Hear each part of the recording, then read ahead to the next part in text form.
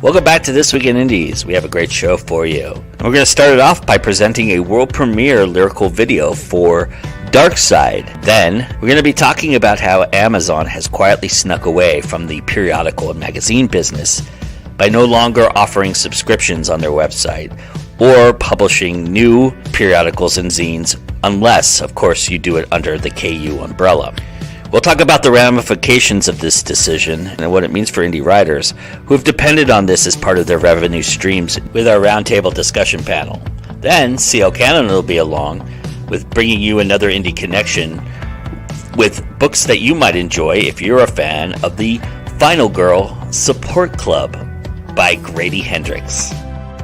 And finally, we'll be testing the mettle of our great panelists with another wonderful 5-minute drill. So sit back, relax, grab a cup of coffee, and get ready to enjoy all of this and more as we go through This Week in Indies with your host, Joe Compton.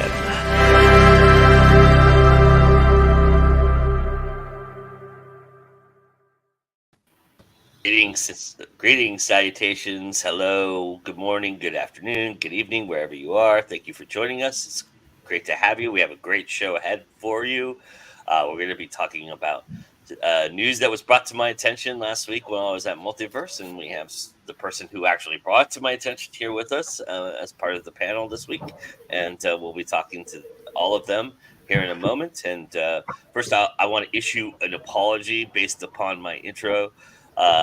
I said that the book was the Final Girls Support Club. It's actually the Final Girls Support Group. Sorry, Grady. It's a wonderful book, actually. I've read it, so it's pretty cool. But anyway, we'll talk more about that later. Right now, we have a world premiere video that we're premiering thanks to the awesome folks over at Prairie Soul Press, who have put out an anthology called The Prairie Witch, which is I'll let Jim explain it. He explains it all here. This is Mr. Jim Jackson, and this is the lyrical world premiere of Dark Side. And then we'll be back to talk Amazon screwing us in the roundtable. Bye. So last year, Prairie Soul Press, my humble company, put out a collection of psychological thriller short stories edited by Stacy Kondla, called Prairie Witch. And the idea was to kind of reclaim the idea of witchhood as this symbol for women's empowerment. And we had all female and women identifying authors submit, and each had their own take on bringing back this word witch to be a symbol of power. So for the book and for the book launch, I had indie author and songwriter Talena Winters see what she could come up with for kind of an anthem for the idea of the Prairie Witch book. And well, I'll have her talk about that. Hi, my name is Talena Winters, and I am an independent author of young adult fantasy and contemporary romance and women's fiction. And I'm also a fiction editor, and I am a songwriter. And a couple years ago, when Jim Jackson asked me to write a song for his upcoming horror anthology, I wasn't quite sure if I was going to do it, because you may have noticed horror is not among the genres that I listed there. And I just wasn't sure if I could write a song that would be appropriate. But then I went and I read through what the anthology was about, and it really resonated with me, because it's all about helping women find their voice. And I certainly have had to fight for that at times in my life. So yeah, I wrote the song Dark Side, and I pictured it as this huge anthem that, you know, it is kind of anthem-like, but obviously it doesn't need to be sung that way. And I'm really excited to hear what Jim has done with it. And this new recording is going to be awesome. I'm super excited. I hope you love it too. Thanks, and enjoy Dark Side. So at the launch itself for Prairie Witch, we had the incomparable Nico Brennan sing Dark Side. And it went so well that I got to get her into the studio. We're going to record a full version of it. And this is, we're going to premiere the lyric video for you here on Go Indie Now. So this is Dark Side, written by Talena Winters, sung by Nico Brennan. And you can find the song itself wherever you stream music, or you can scan the code and choose your favorite service. But now, let's take a trip to the dark side of your soul.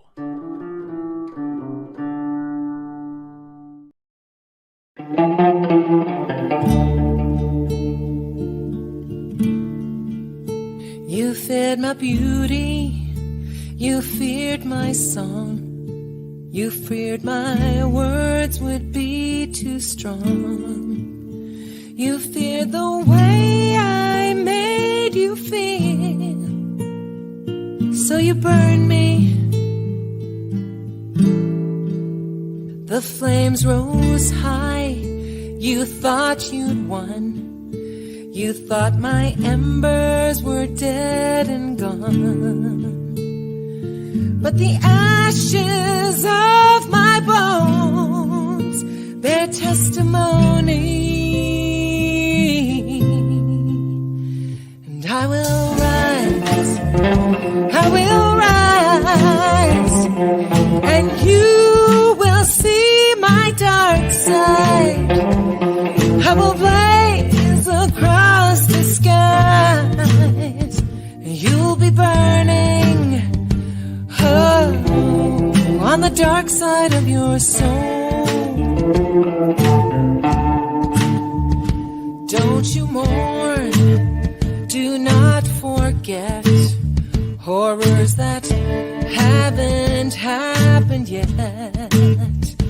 All the torches that you bring cannot consume me.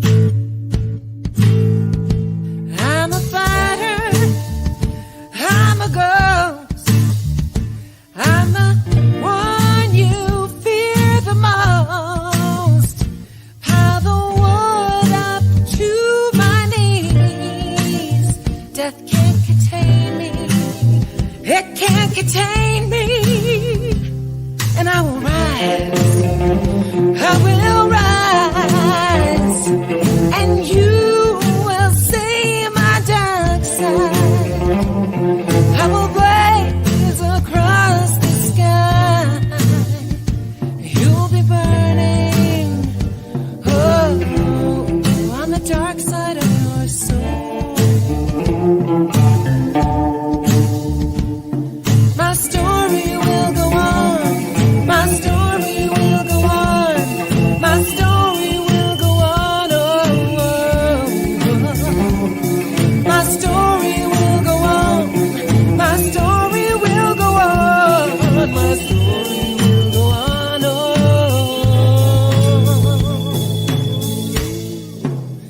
And we will rise, we will rise, and you will see our dark side. We will blaze across the sky. You'll be burning, oh. We will rise, and you will see our dark side.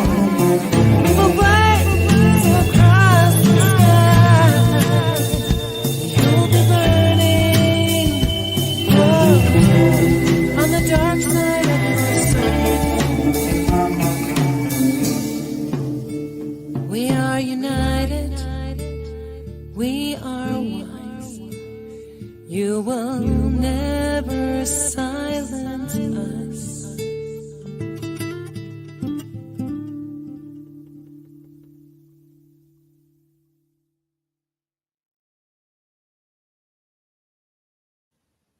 All right, thank you so much to Prairie Soul and all the folks involved: Jim Jackson, Talena Winters, Nico Brennan.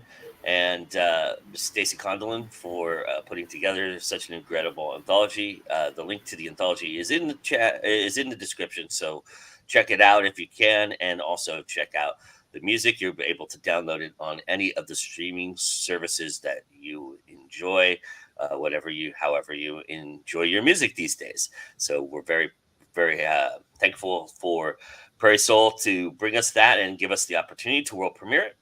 And as I am very thankful for the group in front of me, to the side of me, to whatever way you're looking at it.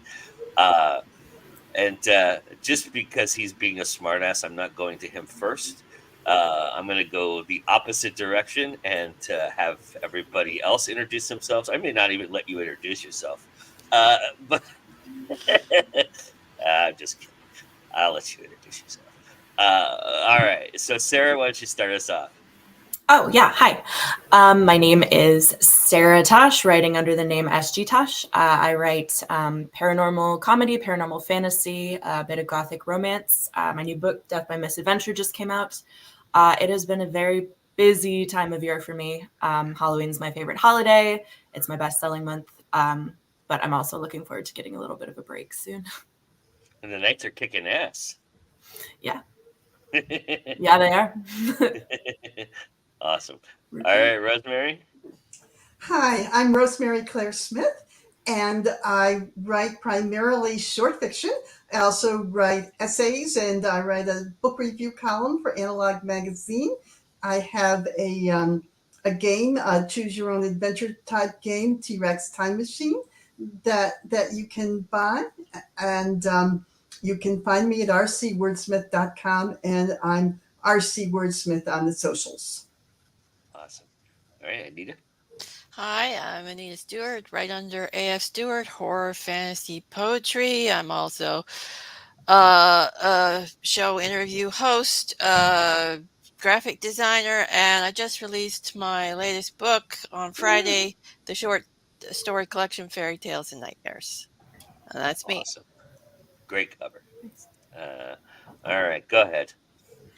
Hi, I'm David Green. I write epic fantasy and urban fantasy, and I am the host of The Green Room on the Go Indie Now network. And yeah, I don't know what Joe is talking about being smart. I love you, David. All right, so for those of you who haven't heard the news, which I hadn't, actually, Rosemary brought this to my attention. I was saddened that I hadn't been following this story because we would have covered it in the news for sure. But for those who don't know, Amazon has decided to stop running brand new issues of periodicals and magazines and newspapers, and also no longer offering subscriptions through their website. In fact, they have decided that if those certain entities want to partake in Amazon's luxuries, they would have to be doing it through KU. And so, Rosemary, why don't you kind of guide us through this and give us some context as to this story and how you came about it, and what it's all about, and then we'll get the rest of the panel's opinion on it as well. Because I think what the one thing people might be asking themselves is, why is it important to independent artists? But it actually is very important. So Yeah, no question about it. It is very important to independent artists. This is a situation that a lot of these small publishers were first made aware of late at the end of last year, early this year, and the changes were offered to them on a take it or leave it basis. And to make it worse, it's not as though any independent periodical publisher of fiction can just decide was able to be part of this.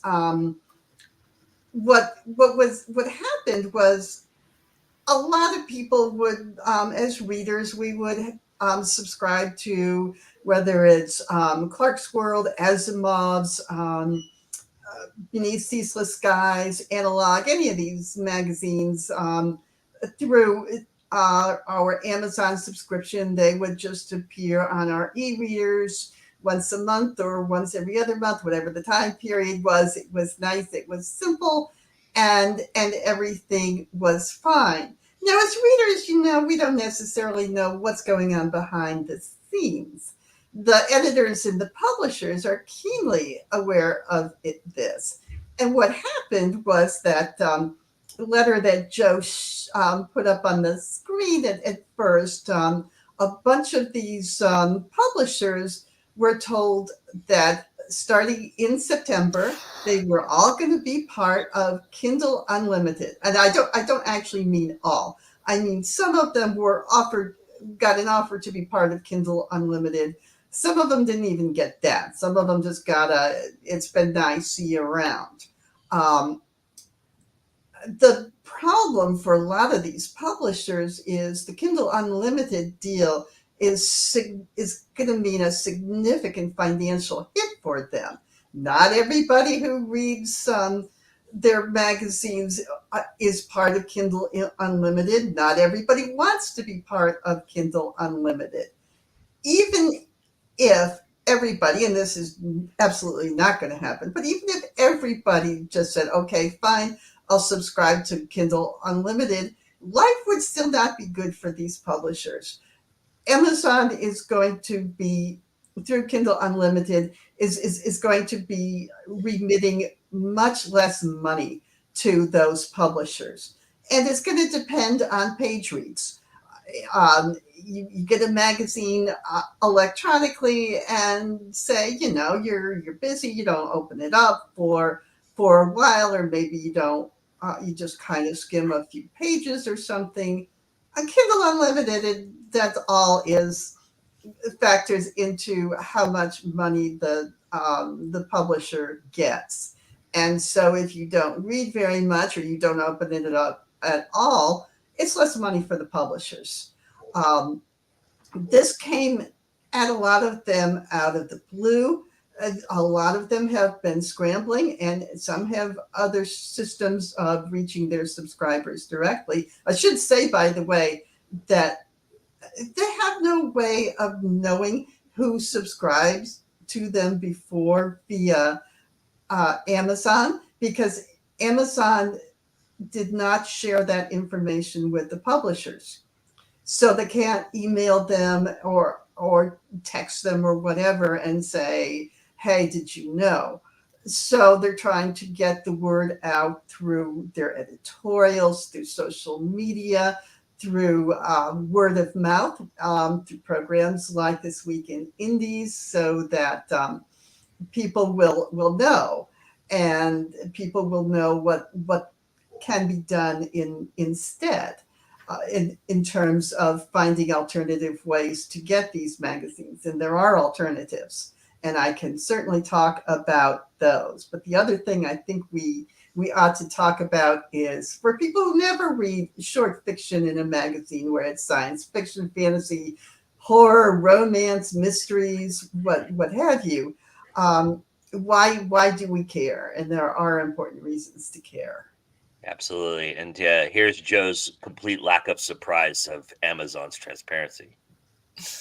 And Tiffany brings up a good point here.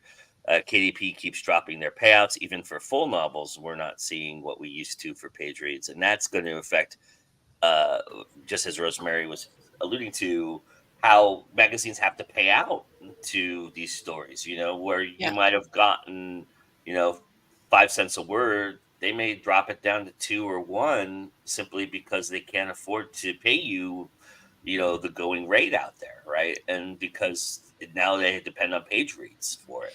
Yeah. And the other aspect of it is that unlike a lot of the glossy magazines where you see a ton of ads, for a lot of the fiction magazines, ad revenue is a very small part of their revenue.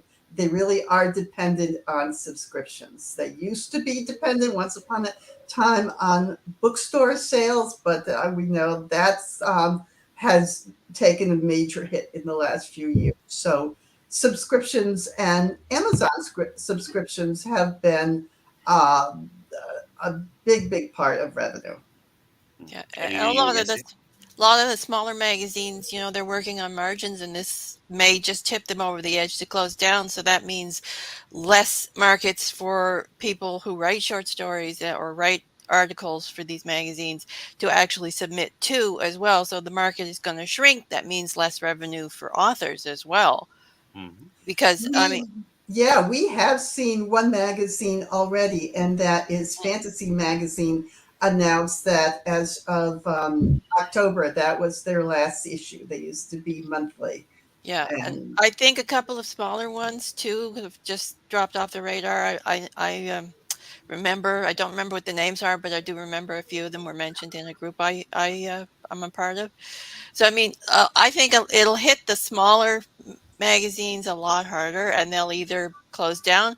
Some of them may drop their pay rates altogether and go the free route, free easing, or like you said, drop the pay rates down from, if they're doing pro, down to semi-pro or even token payments. So it's gonna really cut into the revenue of the authors like me who sub short stories a lot. Yeah, exactly. And the thing too is, for an awful lot of authors, our writers cut their teeth in short fiction market a lot of times. Those are their first sales. It's encouraging. They go on to write novels or screenplays or graphic novels or games or what have you. But those first few pro sales, it's where they get their writing chops. It gives them credentials.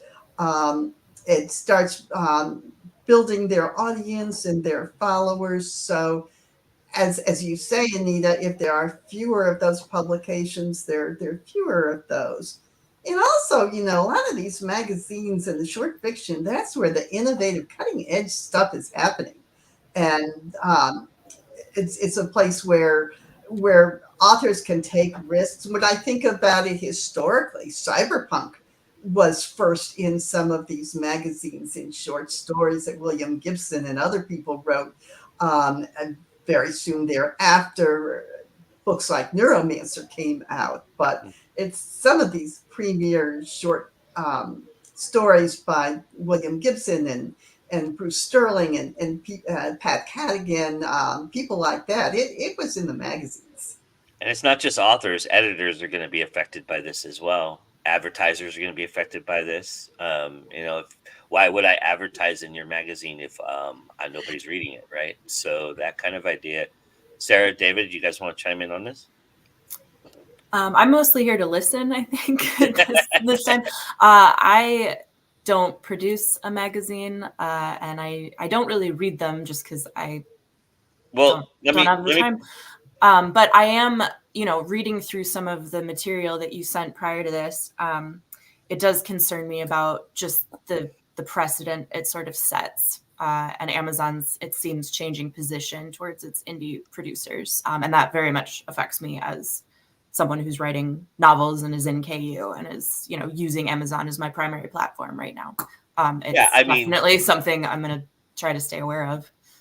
And let me put it this way for both of you, that you guys may not be involved in this aspect of it, but where does it stop? Is Vella next? Is Anthologies next? I mean, this is a raging boulder that's rolling down a hill very, very fast.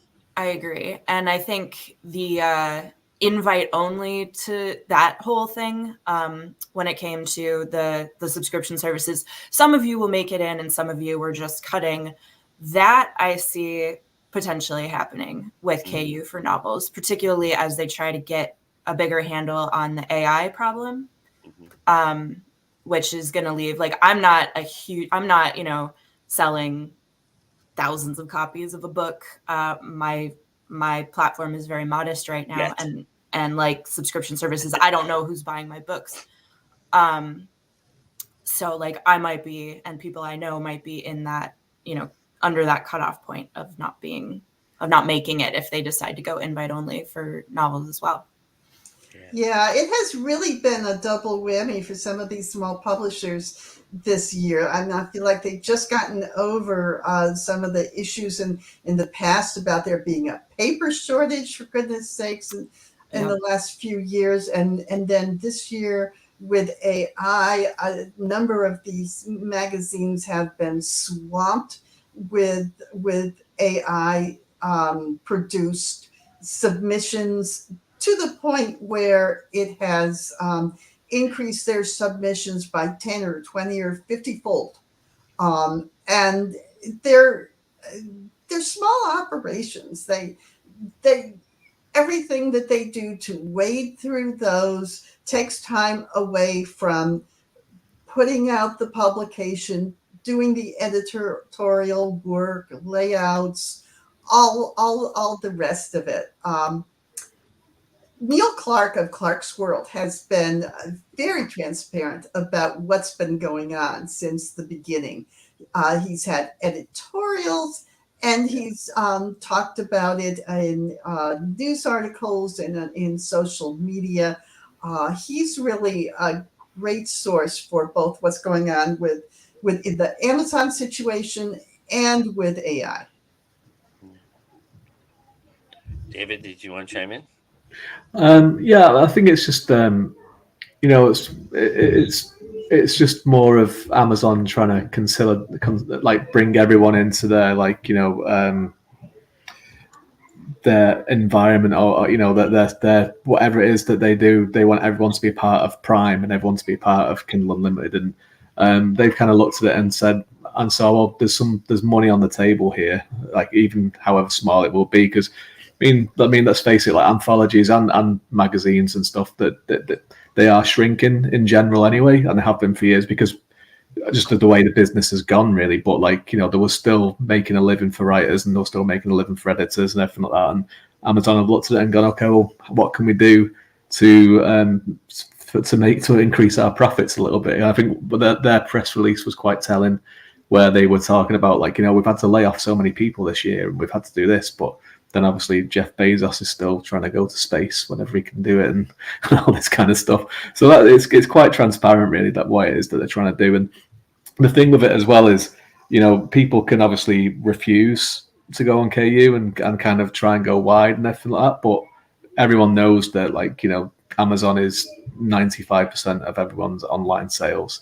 So it's like, do you make that decision to try and hustle and go wide and miss out on that platform? And if you do it and go with Kindle Unlimited, that means that you can't go wide, so you have to stay with Kindle Unlimited, and you're there for however long it'll be, which is usually 3 months, but you probably won't get back in if you decide to go wide afterwards and give it a try. So it's kind of really trapping people into a very, very narrow avenue of possibility, really, of what they can do. And yeah, and it's just very, very sad. It's just more of because Amazon controls so much of digital distribution, and even physical as well. But in this case, everything has kind of shifted so much towards digital. They control so much of it, so they can do this kind of thing and they can get away with it. And people kind of have to dance to their tune because there's no real alternative. Yeah, that's what the chat is talking about here. Andy says that I found that Amazon has been a great way for authors and small publishers to gain distribution. I've also learned to diversify my publishing and distribution portfolio. While I'm not a periodicals publisher, my question is, what are the KDP competitors for periodicals, both in the U.S. and worldwide? And Josh echoes that thought, and and my thought too, Andy. Amazon isn't going to change the process. They have services for independent creators, but we aren't their focus. So what's the solution or the way to adapt going forward? Well, let me address that. Mm-hmm. There are alternatives to Amazon, and I think, frankly, a lot of people just don't know about them. And the Amazon makes it so easy, right? In order to one click and boom, there you are. That whatever it is you want to read is magically on your device, whether it's your phone or your Kindle or your laptop or what have you. The alternatives work very well, and they require an extra step or so, but your money much more of your money is going to the publisher and it's not going to Jeff Bezos. One of the alternatives is Waitlist Books. They're not only for books, they're also for some of these periodicals. If you want to subscribe to Uncanny Magazine, Clark's World, Forever, Interzone, Lightspeed, Beneath Ceaseless Skies, Fantasy and Science Fiction Magazine, or Nightmare, it's really, really easy. You cancel your subscription if you find it's not your cup of tea. You can easily send those books if you want to your Kindle reader. I do it all the time. So that's one alternative. Waitlist Books. Another alternative is Dell Magazines is the overarching company for Asimov science fiction, analog science fiction, Ellery Queen, and Alfred Hitchcock magazines. And you can go directly to their website and sign up directly for subscriptions for those. I believe they come out every other month. And I did this with my own subscriptions when the news about this came out, and I've gotten the September issue and the November issue. It just works like a charm. They email you and say, here it is. You click the link and you got it, and you send it onto your device or read it on your computer, what have you. Another thing you can do is Patreon. A lot if you support indie artists or creators through Patreon, a number of these outfits have Patreons as well. Beneath Ceaseless Skies, Uncanny Magazine, Escape Artists, which run Escape Pod, Pseudopod, Podcastle, and Casts of Wonders. You can get their publications as a Patreon supporter. And the last thing I would say is don't forget we're not just strictly talking about electronic publications. There's also audio. A bunch of these publications have podcasts, and you can listen to them on whatever your podcast app is that you prefer. And so if you want to listen while you're in the car or on a commute or, I don't know, folding laundry, whatever, you can do that as well. So there are options, and at no more cost to you as a subscriber, and more money for the producer. And it's something that we can bring full circle here. It's something we've been chatting about here on this show for a while, right, Anita, about direct sales and consumer sales and diversifying your own portfolios and putting it together. I mean, the issue isn't the creation of those aspects, right? The Patreons is pretty easy to set up. The things like that is pretty easy to set up. I mean, it's not easy. Nothing's easy, but it's easier. And so in doing that, that's not the real issue. It's getting the consumer to focus in that direction, right? And just like I think David said it, everybody knows Amazon. Everybody understands Amazon. Amazon makes it super easy to utilize, and that's, I mean, anybody buys anything online, go to Amazon and buy it, right? I mean, it's so simple to do that. They've made it so easy, and yet people don't realize how much they're just pounding you in the face and punching you in the face often with this stuff. I mean, for us on the other side, we're feeling it a lot more than the consumer is. So how do we convince the consumer to change that mindset? I mean, is it things like this where Amazon just keeps screwing people and eventually they're going to screw you in a way that, that hurts you as a consumer? I mean, I don't know that that's ever going to happen. I think Amazon's a little bit more careful than that. They did this because it's a safe bet for them to do it, right? It was easy to maneuver this, just like it's easy to maneuver ACX and Audible and all those things, because people don't see those things behind the scenes. So, I mean, how, I mean, what are your thoughts about direct sales, guys? I mean, are you considering it? Is it something that you're looking at? Is it something that you're figuring out? I mean, and how are you getting the consumer to come to you if that's the case? Well, I've noticed a lot of authors when they're doing direct sales, they do direct sales for like fancy editions or Mm-hmm. special editions or sign prints. That's how they're luring in their fans. And I don't know if they're putting their regular books up for direct sale as well, but that's Mm-hmm. what they've been focusing on. I mean, from what I've been seeing for direct sales. And they've also been appealing to their fans, to go to directly to support them better than, say, go to Amazon as well. So, I mean, I think direct sales really, like things like Patreon and other platforms like that, really depend on your fan base. If you have a loyal fan base, they will follow you over there. If you don't, they won't. They won't follow you anywhere. So, The thing is with direct sales and and diversifying where you sell and stuff, which is it's all great in theory, and it's obviously it's much better if people go directly to you for these things, so you can cut out the provider, whoever that one is, whoever it may be. Is that it's just increasing the workload on the creative people, and there's already enough stuff to be doing. There's already after promoting all the stuff and after marketing and after setting up all your platforms and interacting with readers and doing all your posts and all your social medias and doing your TikTok videos and doing this and this and this and this, you still have to go and write the thing as well, right? And that takes up quite a lot of time.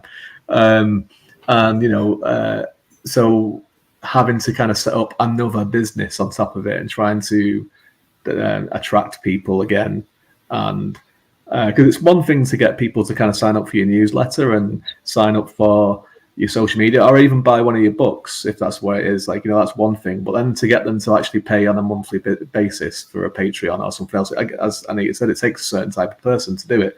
They have to be really, really deeply into your thing, or you have to be very, very good at doing that kind of marketing yourself in that kind of way. And some people just aren't equipped to do that. They're not equipped with it in the personalities. They're not equipped with it time-wise. Resources, so all this kind of stuff just adds more squeeze to it, where it's like, well, where is the time where we're supposed to be sat down to kind of doing the thing that we're supposed to be doing instead of trying to chase all these people all the time? And that's one of the easy things of Amazon, for particularly people that are publishing stuff, is that it's localized and it's straightforward, it's easy to do, it's in the public eye, it's a lot more. So that is a worry, because how much time do people have to do these things? And again, with direct sales, is that if you are signed up to Kindle Unlimited, you are in breach of your terms with Amazon. They can remove it from Amazon if you are selling direct as well. So, sometimes they may not notice, but if you are kind of in this and you're relying on KU, which a lot of authors do, because some of them, even though the money has come down a fair bit of late, some people still do rely on KU sales. They're in breach of the terms with Amazon, and Amazon know that. And if it causes a big enough splash, they'll remove you. And it doesn't take much provocation for Amazon to remove people from to ban accounts and stuff like that, as we know. So it's a very, very tricky situation, really. yeah, that's why a lot of authors, they go for the special print copies when they're doing direct, because it doesn't matter the print copies if you're in KU, because Amazon doesn't care about print as far as your KU. Because I know a lot of direct sales. I'm seeing a lot of authors doing direct sales. They're doing signed print sort of things with direct sales. So Mm-hmm. Yeah, and even if you are not in breach for whatever reason, they may somehow decide that you are, and it's very much a guilty until proven innocent. It's up to you to say no. I'm not in breach. Take for example, if someone pirates your work and tries to put it up as their own, and they think, oh, it's that person's and it's not yours, and things like that take the time as well. And in the meantime, they'll they'll hold up payment to you as an author. Yeah. And their customer service for authors sucks. It just It's not sucks. great. They don't listen. They send you generic emails. I mean, it took me a week to convince them that Draft to Digital was not a publishing company, but a distribution company. A week, people. And this is their business. They should know Yes. that. You shouldn't have to be Draft to telling them Digital that. is their biggest competitor. Right. Oh. Sarah, did you want to chime in on this?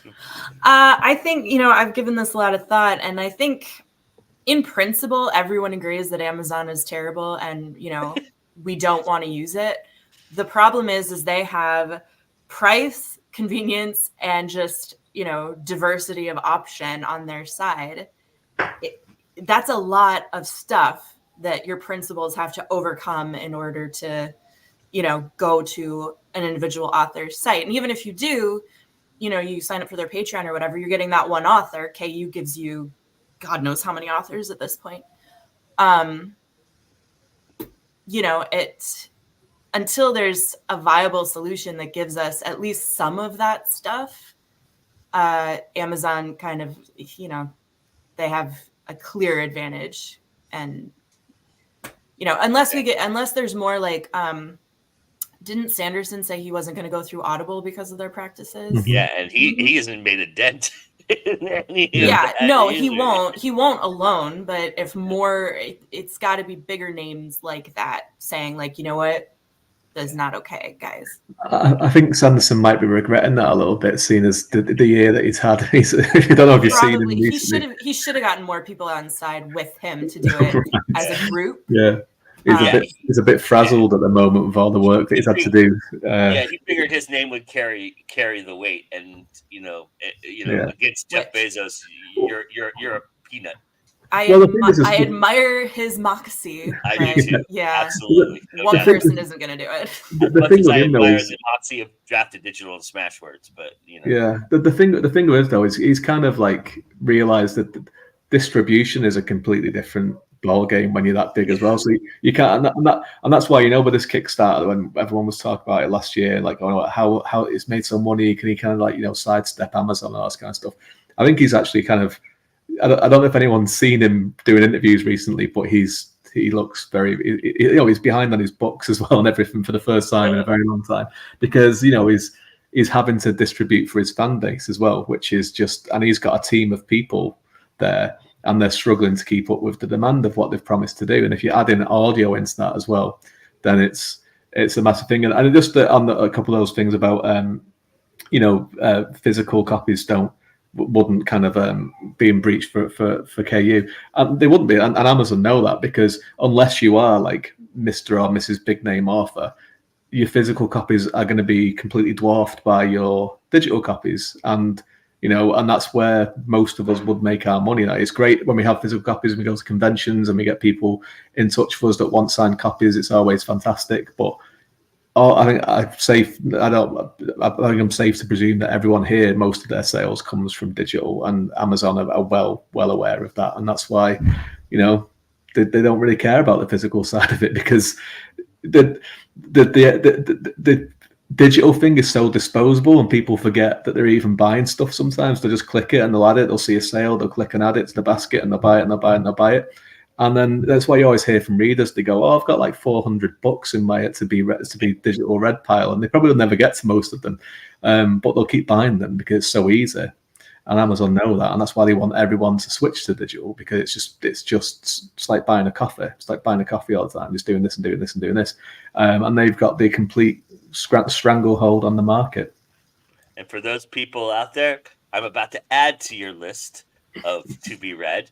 So 404, everybody, is about to happen. You know what this all sounds like? It sounds like a horror movie. And you know who's going to help us with that today?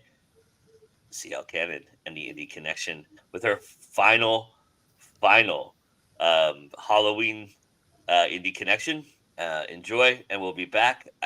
We'll go through all your comments. The comment section is on fire right now, and I want to get to all those, and we'll talk a little bit more on the break on the other side. So enjoy the Final Girl support group.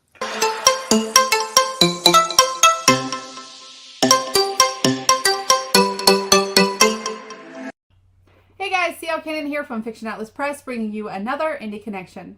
Today I'd like to tell you about some indie books that you might enjoy if you're a fan of The Final Girl Support Group by Grady Hendrix. The first book I have for you is called The Last Girl Standing by Elsie Valentine. A group of teenagers work as camp counselors at a recently reopened summer camp, a camp that hides a sinister secret. It's home to an undead killer, a monster that picks them off one by one until there's only one girl left standing. For Ellie Cartwright, that's not how the story ends. That's how it begins, because Ellie's not the only girl to have faced evil and survived. There are others, and now they've sworn to protect those in danger. They've sworn to fight back against the creatures that lurk in the darkness. They are the last girl standing, and Ellie's journey is just getting started. The second book I have for you is called Europia Halls by Alan Shivers. Welcome to Europia Halls. Only the select few have made it into these prestigious dorms in the capital of the EU, Brussels. When 6 best teenage friends get stalked by a serial killer, the campus is on high alert. As the body count piles up, it seems the killer knows a thing or two about slasher movies. Can these girls fight back in time to discover the truth behind the gruesome murders? And will no one live to tell the tale? The third book I have for you is called Final Girl by Grace Legore. Luna and Hollywood are taking a break from each other, or that's how she likes to think of the situation. Not that she's been exiled. Her publicist demands image rehab, and image rehab they'll get. A few months in a small town rental should do the trick. Little does she know, she's not alone. Kingsley is determined to give her the real Scream Queen treatment. He knows exactly who just moved into the house across the lake. Soon enough, she'll know who he is too. His smile promises danger. His hands are covered in blood. All Luna knows is that Kingsley, for all his charm and charisma, terrifies her to the bone. Considering she's known as the Hollywood princess of slasher films, she recognizes danger when she sees it. But she could never resist a thriller. And the last book I have for you is called Mall Rats by Ivy Tholen. It's 1999 and there are more people dropping than shopping at the dying Lone Star Mall. While Jenny Todd's parents are off saving the world from Y2K, she is trapped in a small town in Texas, forced to live with her neglectful aunt and uncle and her unstable cousin, Michelle. When Jenny stumbles upon a gruesome murder in an abandoned section of the mall, she finds herself wrapped up in a murder mystery over a year in the making. The worst part? As more bodies pile up and the police follow the most likely suspect, Jenny begins to believe Michelle may be behind it all. Between a freakish killer in a baby doll mascot costume, a potential killer in the bedroom next door, and a mall dripping with blood, Jenny only knows one thing. She needs to get the hell out of Texas. Okay, that's all for me this week. I'll see you next week on The Indie Connection. Bye!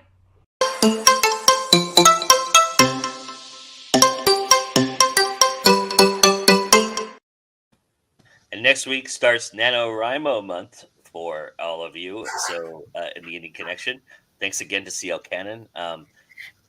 Just Courtney was actually supposed to be on the panel this week, but she wasn't feeling too great. So we want to wish her speedy recovery and thank you for all you do for us. That is a great. That was a great Indie Connection. I actually put all those books on my to-be read. That's a little confession there. Especially that first one. That first one cover was awesome. It brought me back to the days of VHS tapes.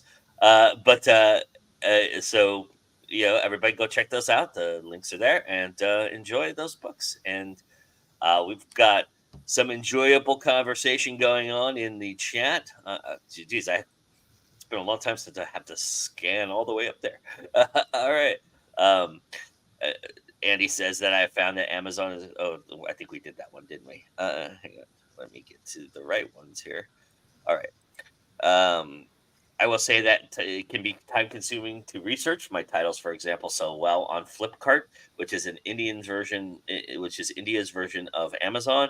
Even though Amazon is in India, I gain the most sales there often from international markets. But there are competitors out there based on the market. It may also work for periodicals. Audio is more of the future, given that people are busier than they've ever been and leading to multitasking while absorbing stories and podcasts. The market will always be changing, and it is up to us to adapt. And Josh says, yeah, it's a safe move to protect their bottom line. It's simple as strategic move. We can see large corporations that are making long gameplay to elevate their position. You slightly have to alter the narrative and wait until public opinion changes to create the new norm, and then you make another slight change. After a few years, no one will remember how it used to be. KU only affects digital copies, yes, and you know, and if you didn't see this earlier, Josh was praising David. I don't know why. He likes Tolkien. Uh, their customer service all around sucks, and Amazon. And I don't make much on Kindle. My sales come from physical and audio. That's where I focus my effort. And the digital versions of my books are simply there as an added amenity. I think this is a rarity, though, Andy. I think a lot of young publishers and self-publishers really do rely on KU and digital publishing for sure. Not to mention, it costs Amazon very little in comparison to promote those digital copies. Let's be honest; they don't pay their customer service reps much to manage their account, as apparent by the customer service that Anita has received. Uh, Um, and Mallrats brings back some nostalgic vibes, great cover and fonts. Yeah, I really love all the great stuff from there. Yeah, I mean, okay, so I ran through those really quickly, and I apologize if you all wanted to comment on any of those. So if you do, let me know. But I just feel like we're kind of at an impasse again, and here we are. It's going into November of 2023. And it seems like every time around this year, Amazon does something like this. It's why it's the fourth quarter. I don't know. They are so reactive instead of proactive. It boggles my mind. The first quarter and second quarter could not be quieter for Amazon, and then all of a sudden, oh wait, third quarter sucked. Let's do this in the fourth quarter to try and fix it real quick. And never. That's. I mean, I don't.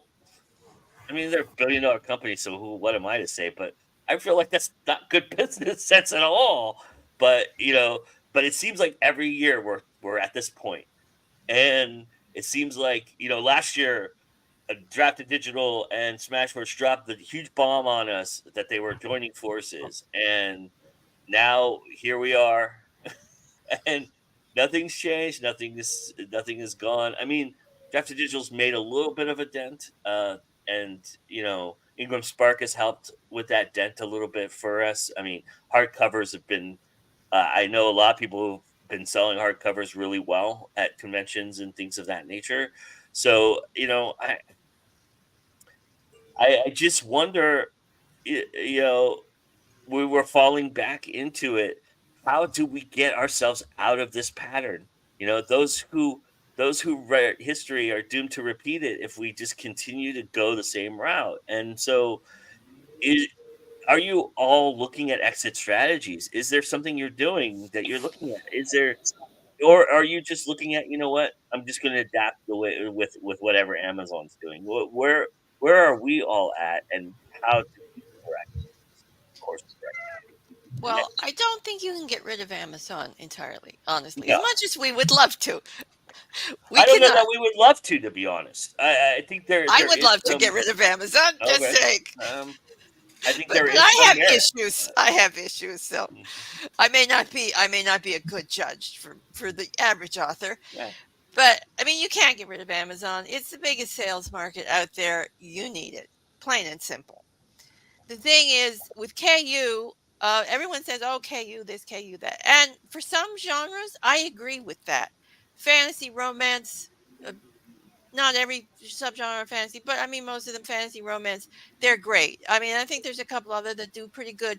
But for some genres, KU sucks. Okay. So it's not necessarily the thing you should do. It depends on what genre what you write in, really. If you write romance, I would say yes, go KU, because you're going to make tons of money. I'm just saying, the romance writers are making it in hand over fist.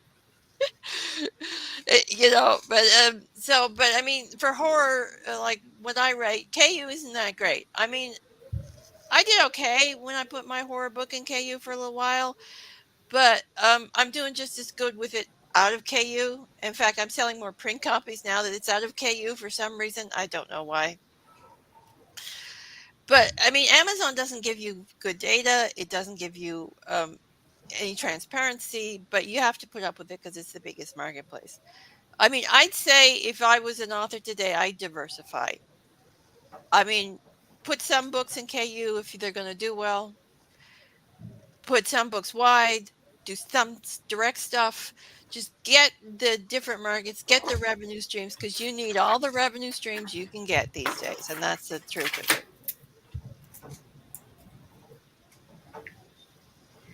Anybody else want to chime in on this? Come on, y'all. Yeah, I just think just kind of. I think it's consolidate on the things that are doing well for you. I think and kind of put a lot of focus in those, and then kind of look at what people are doing that's successful elsewhere as well. Like Kickstarter is very successful at the minute, and how long is that going to last? So it's probably best to kind of get a move on and do it while it's going well, because obviously there might be that fad might go away, or they might change some rules where it's not quite as profitable for people, but it's quite good at the moment for everyone. Okay, so yeah, but I think if something's going really really well for you, then it's just keep doing what you're kind of doing and take a look around. But I think what Anita said is smart as well. Of just kind of looking at what works for the genre that you're in. So if you're kind of if you're writing space opera, for example, which doesn't do particularly well on KU, and you're banging your head against the walls trying to get it to break particularly well anywhere. Yeah, well, if you're Adrian type Tchaikovsky, it does really well, but I mean that's about it really.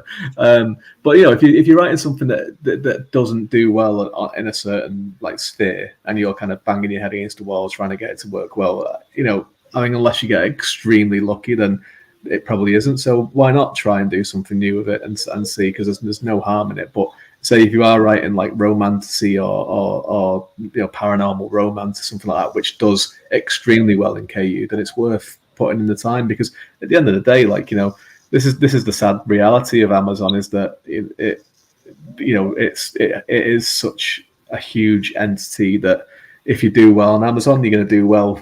You are going to do well. You're going to get a readership. You're going to make money. You're going to get reviews. You're going to do all this kind of stuff. So, and yeah, like I said before, Amazon know it very, very well. So it's all about research and kind of looking at what you're doing. But I think if it's something that it's also worth looking at, if something isn't going to be worth your time as well, and maybe look at doing something to make that work.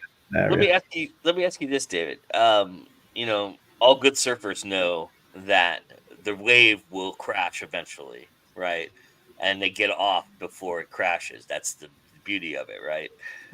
That's the sport of it. And so, riding the wave is one thing, but it's going to crash eventually. So do you wait till it crashes, or do you, like a good surfer, figure out the exit route, Well, that's a very Californian way of thing for someone in Ireland. But I think it's one of those, you always hear about, the bubble's going to burst on this thing, and a lot of times it doesn't as well. It changes. But like Amazon, like digital sales, I think, I remember when Kindle first started to become a thing, and there was e-readers before Kindle.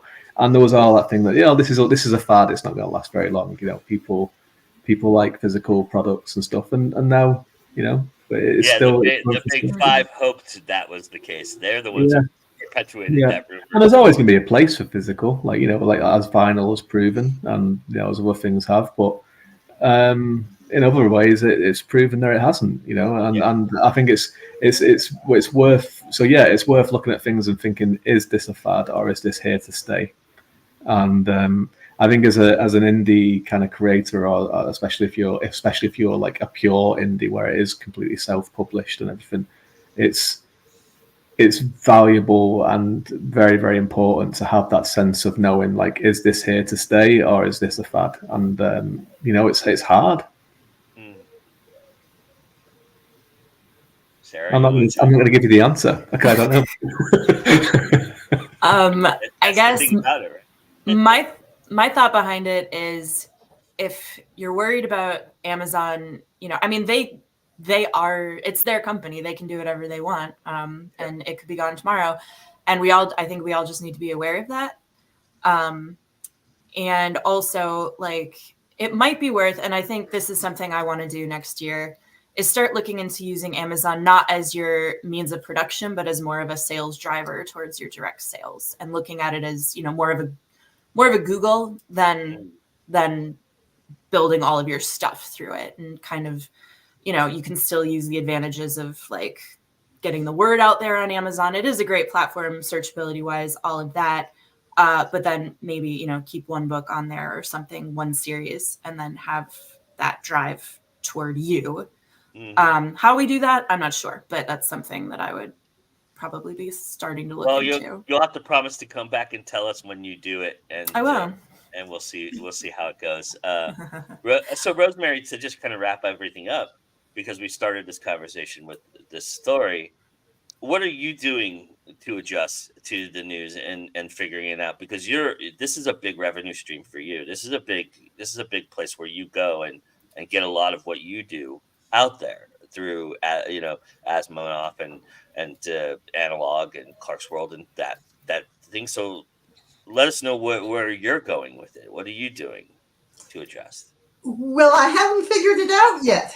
To be honest, a lot of my eggs are in the short fiction market, as far as that basket goes, and so and naturally, as a writer, the problem with writers is we all have these really vivid imaginations, and we can imagine man being the next Brandon Sanderson and all that. But then we also imagine all of the bad stuff too, the horrors and not being able to make a living at all, and our readers dry up. So I'm still struggling, and I don't know. Well, you'll have to come back and tell us when you do figure it out. Josh says, I like to determine what the next wave might be, so I'm propped up on my board and ready. That's a good Hawaiian philosophy, Josh. Californians, we tend to just jump on the first wave. But I'm not from California, so I typically pick a capillary wave, e.g. a ripple. Yes, yeah, that's a good safe bet too. Yeah, a ripple's always a good way to start. Yeah. Speaking of horror, everybody ready for? Let me fix this. This is all out of whack. This is not good. Let's see if I can do. No, now I'm removing people. All right.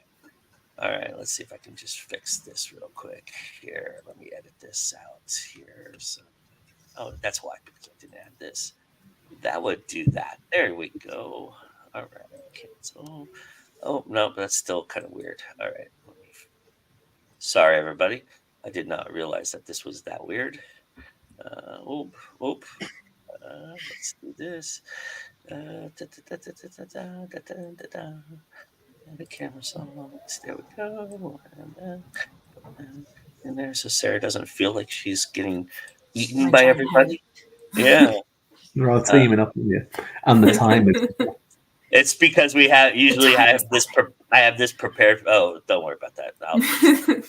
I usually have this prepared for 5, and that's why it's all out of whack. So I apologize to everybody watching. I know this is riveting television. But all right, let's do that for now. I'm just going to save that. All right. So I will do this and do this. All right. Now you all have 5. All right. Again, how this works is I'm going to just start questions. We got 10 questions, and I'm going to start the timer as soon as I ask the first question. I'm going to go to Sarah first, then David, then Anita, then Rosemary, and then the second question, Rosemary, you'll start, then Anita, then David, then Sarah, and we go back and forth until we get through the 10 questions or your 5 minutes runs out. And you have 4 of you, so there should not be any reason that this timer runs out, all right? But that being said, it is themed today. So I already warned the panel ahead of time. Let's see if the chat gets what the theme is. It'll be very obvious, very, very easily very, very quickly. So, Sarah, are you all ready? Everybody ready? Yep. All right. Sarah, what word makes your skin crawl? Eerie. Damn it. Moist. Anita. Amazon. Rosemary. Zombie. All right, Rosemary, your favorite Halloween candy. Oh, candy corn. I know it's radical, but candy corn. Nice. Anita. Coffee crisp. Chocolate bar. David. Toffee apple. All right. Twix bar. All right, Sarah. Best decade for horror films.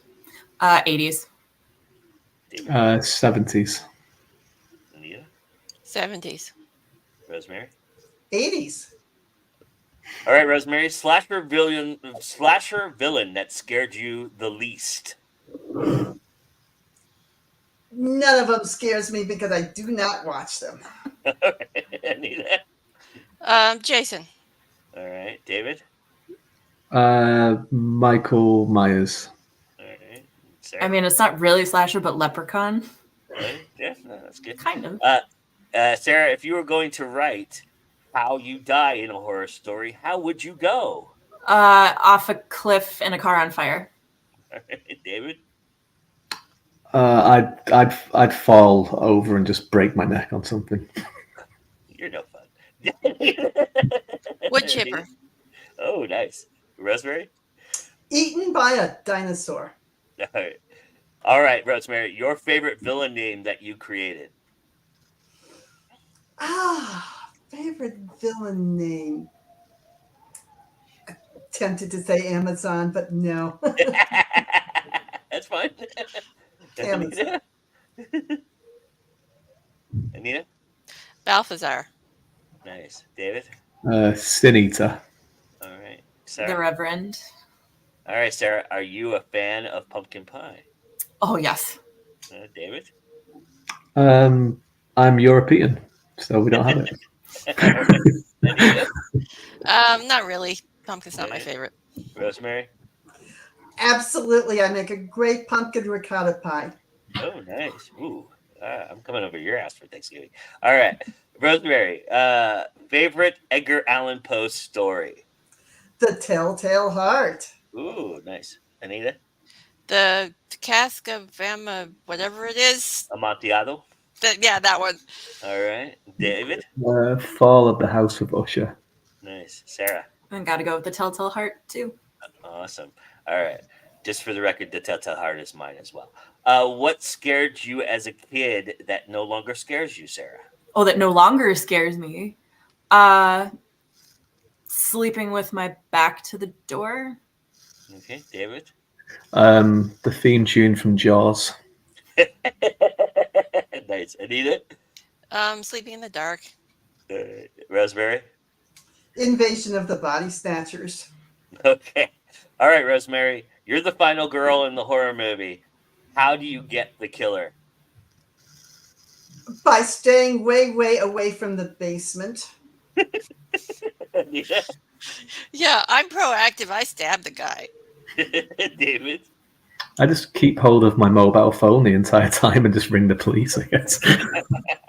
Sarah? Put him in a car, set it on fire, and roll it down a cliff. Nice. Awesome. And just like that, you guys are all done. You ripped through it. So congratulations. All right. That being said, let's have everybody tell everybody where they can find you. And yes, Mr. Green, I'll start with you first. So go ahead. Okay. You can find me on my website, davidgreenwriter.com. I've finished conventions from the year, so I'm doing no more conventions till February. So I will just be at home writing a book until then. So you can come around my house and find me there. Nice. Anita? Well, you can find me on my website at afstewart.ca. It's a little box there nobody can point to. And I'm everywhere on the social medias, Twitter, Blue Sky. I'm now on TikTok. They got me. Facebook. I'm over on YouTube. I'm everywhere. So Nice. All right, Rosemary? You can find me at my website, rcwordsmith.com. Also, social medias at rcwordsmith.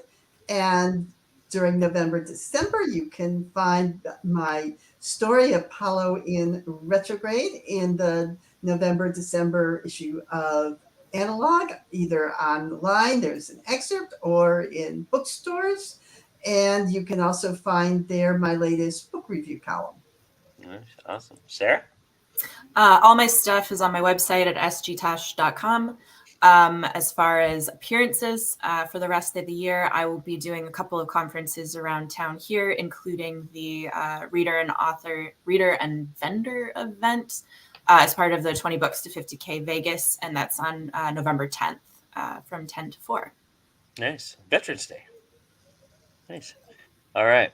And I'm Joe Compton. This is Go Indie Now. Congratulations, you found us. Smash the like button. Do all the wonderful things you do. Subscribe. Do all the things you love to do. We have a great week of programming ahead for you. We have a double feature on Monday where I'm doing 2 21-gram episodes. I have the great Bob Magoo joining me and the great Wayne Termel joining me. So check those out. We'll have both of those back to back.